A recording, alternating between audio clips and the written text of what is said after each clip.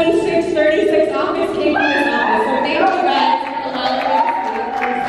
I'm extremely humbled to do that. So, and then I have the honor of introducing this handsome guy behind me. But I wanted to actually get started and tell you a little bit about myself and how I got started before I introduced him. So I actually ended up recruiting myself, kind of like Christy, right? I ended up recruiting myself. I ended up getting sick and tired of where I was working at an attorney's office. When we first met, I believe we've known each other for about 15 years, but then we started dating a couple years ago, and when I asked him what he did, he told me money management, right? But that's very vague. I have no idea what that meant, right? That could be all sorts of things. Use your imagination. So that could be many different things. But when we met, the biggest thing that ended up happening was we were traveling. He had residuals coming in, I had residuals coming in. But I didn't know what his residuals meant, right? And I wish I did.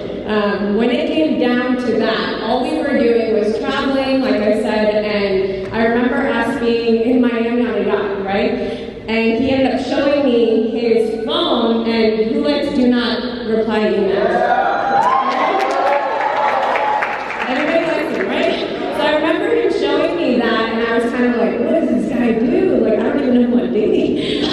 What is he doing, right? And then he gave me his phone, and he said, in the search box, right, type in do not reply. And I typed that, and my mind was blown, right? Just because he's with me, not in an office setting, and for any financial advisor, in an office, right? Any type of money management setting, you're in an office. But what sold me on that was the freedom aspect, right? Was the fact that he could use his wealth that he made out in America for 10 years and use it to make more wealth, right? Do things like open a shoe company and many other different, things that he's done in his life. But with that being said, that's what drove me. I asked him, what do you do, right? I want to know what you actually do. So he did a KT with me, right? And instead of recruiting me, he signed me up for every account, including women, okay? Including women, okay? So me and I have 2 daughters, so we were protected, right? That was the number one thing. Then he took me to the farmer's event, I remember. Didn't tell me anything because he's an egg, so I showed up in a green dress and everybody was wearing black, right? It was one of those things. When you know an egg, then you know exactly what happens with that. And I remember being impacted, right? Hearing people speak. It wasn't, he never pushed me. He never said, I want you to join, right? But that was the impact. It was an event like this, right? And Elizabeth and Pooh both spoke. And that's what hit me. That's why I was so happy and excited to come to this event and for all of you to hear the same speakers. Because that's what changed my life, for me and my kids, right? And I remember going to that event and being insanely impacted by the stories of everyone and people getting up there crying, and at first everybody was like, how's everyone feeling? I'm like, good, right? I didn't know what to say. He didn't prepare me. He's an A, right? He didn't prepare me for anything. But when it came down to that, I remember telling him, like, hey, Kazi, I want to do this, right? I want to be part of the movement, right? This is a movement, right? You're blessing people and blessing families here, somewhere where you're not going to get to do that. The money is great. Like everybody said, the money is great. But the impact that you make on people's lives, and I am a living version of that, right? I was a client. My kids are clients. No matter what happens, I have something left for them. Whether it's my Roth IRA, whether it's money saved, whether it's my life insurance. But they're taken care of at the end of the day. And nobody came in front of me to teach me those things, right, when it came to that.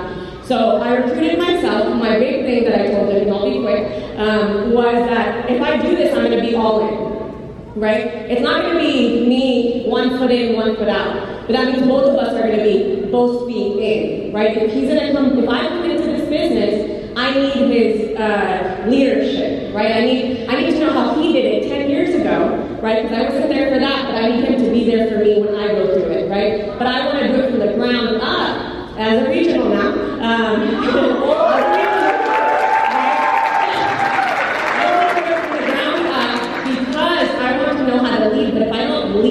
In the trenches, then I'm not going to know how to lead standing up here, right? So I did it, right? This is not to boast, this is just to inform y'all that y'all can do it too, right? Zero excuses at the end of the day. So I remember going sprint district, being division for 2 weeks, and then hitting regional, right? Back to back, right? And within 6 months, I made $25,000, right? And this is with 2 kids, by the way. And I leave at 3 o'clock to pick them up as a single mom, okay? So when I hear excuses even from my teammates, zero excuses to me. Because if I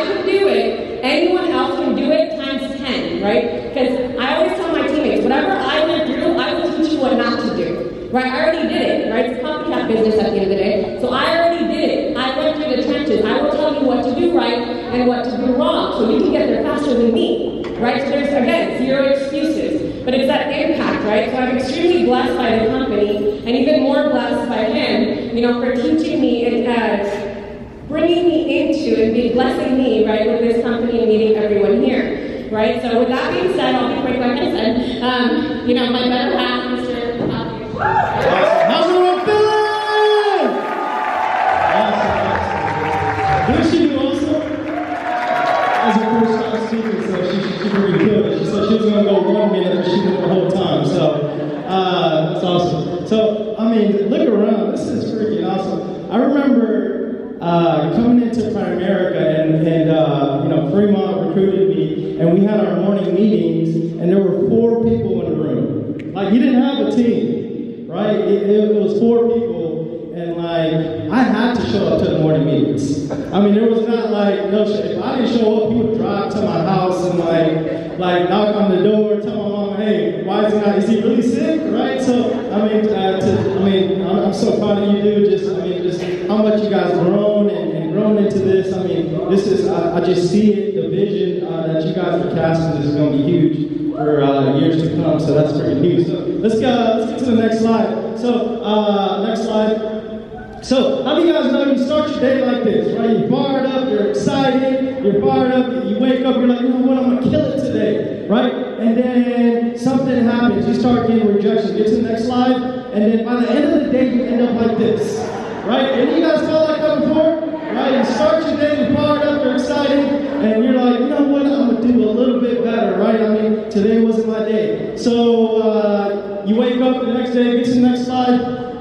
You wake up and start your day like this again, right? You guys ever felt like that? Hey, today's my day. I booked 25 people today. I got 5 KTs lined up. Everything's going to go my way, right? And by the end of the day, you're talking so much, your jaw is hurting, right? And you end up like this. You guys ever felt like that? Right? If you don't feel like that at the end of the day, you're not working hard enough. Are you with me? Your jaw should hurt by the time you're done. Right, if your job isn't hurt, that means we're not talking enough. We're not making enough phone calls, right? So next slide. So you guys are going to get all sorts of excuses, right? Get to the next slide, right? The biggest thing, you're going to get, I want to think about it. But the excuses are just temporary, right? Imagine if I would have gave up when there was 4 people in the room and there was no vision, right? When Fremont was making $50,000 a year, and he was selling me on Primerica, right? 4 people in the room, and then it turned into this. There was no vision, right? Keep on going, right? Keep on going. Let's speed it up. So take control of the interview. One of the biggest things I did early on is take control of the interview. Okay? I think I did some stupid stuff before. I ripped some resumes. Right? I think I ripped Zara's resume, and whatever I did, right? But take control of the interview. So one of the things I always say is, hey Russell, anytime during this interview you feel like this is not for you, is it okay if you let me know? Awesome, Russell. And if anytime during this interview I feel like, Russell, you're not the person for me, is it okay if I let you know too, Russell? Awesome. This is who we are, right? So you're taking control of the interview. You always want to pull back the carrot. You're not begging people to do Primerica. You're not begging people, hey, you need me, right? So move on. Whatever it takes. If your whatever it takes sheet is not looking like this, you're not working hard enough, right? One of the things I always tell my guys, if you're doing in-person interviews, every 15 minutes, have an interview lined up from 1 to quad. Every 15 minutes. Treat it like it's a doctor's office, right? People will wait. Alan, take care of this. Russell, can you do this interview? Hey, make it so chaotic where people are forced to learn interviews. I think Ghazal's first interview, I threw her in there. Right, people are going to get better. People are going to get good. I'm so proud of one of my guys, Victor. He's been in the business 3 weeks. Already closed. He's got 2,200 personal this month. Just got licensed 3 weeks ago. I don't teach him how to do KTs anymore. I accept his life apps, and he does his IBAs on his own. Think about it. You can get people trained quick. You got to build trained assassins. Move on to the next slide. This is where I grew up, guys. Right? I grew up in Ailey. How many of you guys know where Ailey is? Right? I grew up in the SWAT, right? Some Lawson Woods apartments. I didn't come up with money, right? Mission Bend. After that, I moved to Mission Bend. Fast forward a little bit. Right? This is where we've been living for the past couple of months. That I can handle. I want to say this to those, but like, you can live this dream. And I see a bunch of RVPs, getting into high rises, and Russell just got into a badass high rise too. You got valet parking. It's different. You're growing up from A to that, right? That's awesome. You guys will get to live that dream life if you just put in the work, right? Fast forward a little bit, right? Fast forward a little bit. We just bought our first home. Just last month, we closed on a $500,000 home on the lake. We called it Fired Up Island. Think about that. What Primerica can do if you just put in a little bit of work. If you make the right investments, if you save, right? Look what Primerica can do. And the best part is some people just, save for a house, but move to the next slide. We decided we're not going to move into it yet. We're going to design it the way we want. So literally, since we still have our house for almost a month and a half, we're going to get to create and design it exactly how we want it. And some of you guys are designing your dream life right now. And I'll talk to you about the story because I'm dealing with a lot of construction people. And I've been talking to these construction people because I don't want them to mess up. I'm real particular on grout lines and walls and everything like that. And there's a story of a revered designer. He's in construction. Okay? This construction guy was in construction for 30 years. And he built some of the best houses, built some of the best residential properties, built some of the best hotels. And one day he told his right-hand man, hey, I'm going away on vacation. I want you to build me my dream home. I want you to build me my dream home. And there's no budget. Don't spare the budget. You've seen the type of work we do. I'm going to go off building my dream home. So he said, hey, boss man, don't worry. I'm leaving. Don't worry. Enjoy, right? So anyways, a week goes by. They put the foundation down.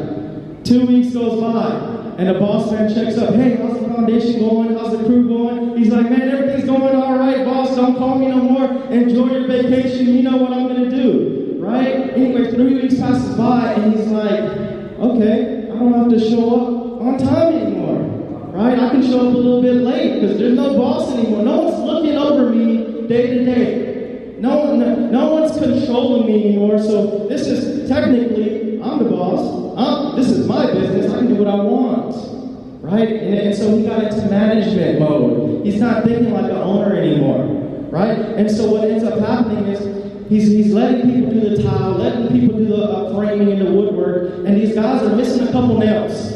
They're skipping through it. They're trying to get it done quick so they can get paid. They're laying some things down, right? Anyways, 4 or 5 months passes by. The house is finally complete. It's all put together. Last step is landscaping. They put the landscaping together. And the boss man comes back and he looks at the home and he's like, wow, it's beautiful. From the outside, it looks beautiful. You open the door, it looks beautiful. There's no budget, right? But the guy, he used inferior products. He didn't use the best quality materials. He didn't use the best quality grout. He didn't want to wait an extra couple weeks to get the designer tiles, right? And so the boss man comes back. He pulls out some keys from his pocket, and he says, hey, I'm so proud of you. You've been working for me 30 years. Here's the keys to your home. You weren't building my house this whole time. You were building your house.